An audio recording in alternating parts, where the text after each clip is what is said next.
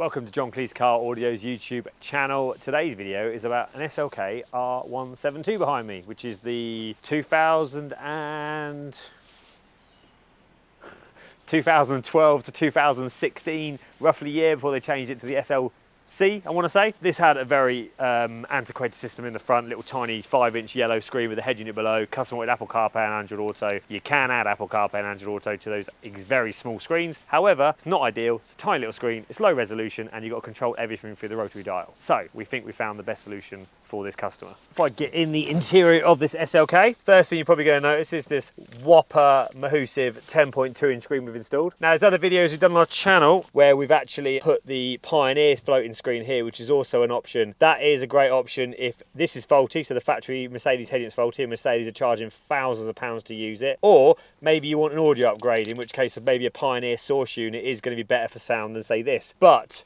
for someone that just wants extra functionality like Apple CarPlay and Android Auto, these are a great option. This is a company from America called ZZ2. It's a Linux-based system, not Android, so has less to go wrong. You can't install all your apps you ever want. It is fit for purpose. It does what it says on the tin, and it's extremely reliable. And they don't give you not one, not two, but actually 3-year warranty. So if that don't speak volumes, I don't know what does. Enough of the waffling. Let's get it turned on. And I'm gonna do this live. I'm gonna get my phone connected because I haven't actually connected my phone to this yet. So this is going to be a live video from beginning to end. It's actually the first time I've been in this car as well, but because we've done so many of these, I like to think I can use these without having to try them first. Let's go and head and connect my phone to it. So this is the home screen, so it's going to show Apple CarPlay and Android Auto. 5 buttons on the bottom. You have settings screen, pretty self-explanatory, go through the settings screen. You have reverse camera image or front camera image. This customer hasn't got it, so there's nothing going to go on there. Home screen takes you back to this screen. Mercedes logo takes you to the Mercedes operating system, so now the customer can use his rotary dial and still navigate through the factory controls, okay? Meaning that he can still access tyre pressure monitoring, service information, or whatever else he might want to do. If you want to go back to the Apple CarPlay and Android operating system, just touch that like that, and that just turns the screen off. If you want to turn it off when you're driving for whatever reason. Let's get my phone connected. Going to go settings on my phone, going to go to Bluetooth, and I'm going to look for devices on my mobile.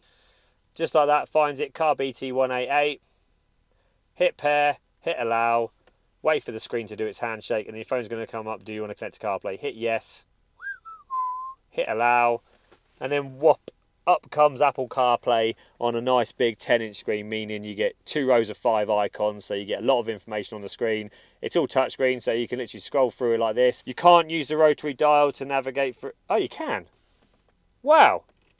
Can't do that on other manufacturers. So on this Mercedes and other Mercedes, you can't do this on Audi, but you can do it on Mercedes. You can use the rotary dial.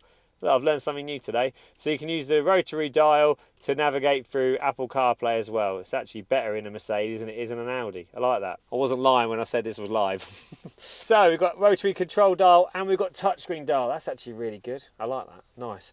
Okay, so if I go in, got tidal control for music functionality. If you had Spotify, you could use that. But I'm a bit of a when it comes to audio quality, and in my opinion, Tidal is better. Don't shout at me if your opinion's different. We have Google Maps.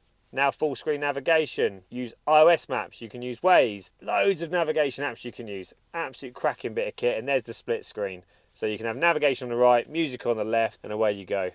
And it's finished behind as well, so it's not like it's, you know, holes behind there or anything. It is fully finished as well. Cracking bit of kit. Steering wheel controls. Will do volume up and down. However, unless you're using the factory phone module, these won't work. But in this particular situation, because this car already had Bluetooth, your phone will stay connected to the Mercedes system for phone calls, meaning your buttons will still work. It depends on how your spec of your car is. This particular car had Bluetooth already in it, so we utilise that. Fits really, really well, just like that. My name is Connor. This is a Mercedes SLK R172. This is better than I thought.